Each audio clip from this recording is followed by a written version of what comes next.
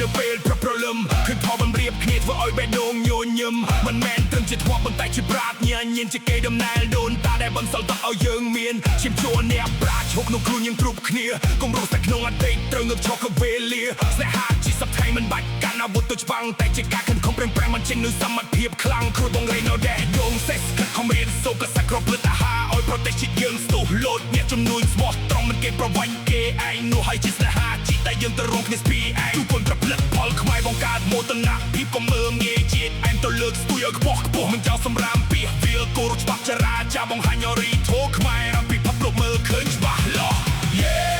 នេះជាផ្ទះរបស់យើងនេះជាដីរបស់យើងរួមដៃគ្នាសា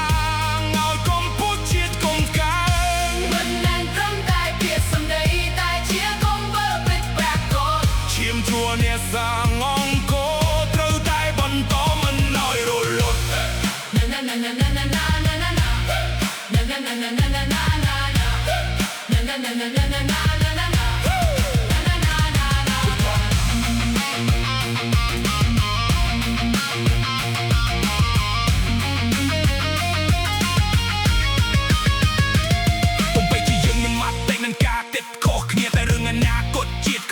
តែរួមពីជាមួយខ្លាំងឬខ្សោយអាស្រ័យលើចិត្តវិញ្ញាណបាត់ប្រជាជាមានស្មារតីគ្មានអ្វីរារាំងយើងបានកសាងថ្ងៃនេះសម្រាប់ថ្ងៃស្អែកកូនចៅបំភ្លឺផ្លូវកម្ពុជាឲ្យដែលឆ្ពោះទៅមុខយ៉ាងជ្រៅចាប់តាមពីខ្លួនយើងចាប់តាមពីឥឡូវនេះខ្មែរជាខ្មែររងំគ្មានថ្ងៃ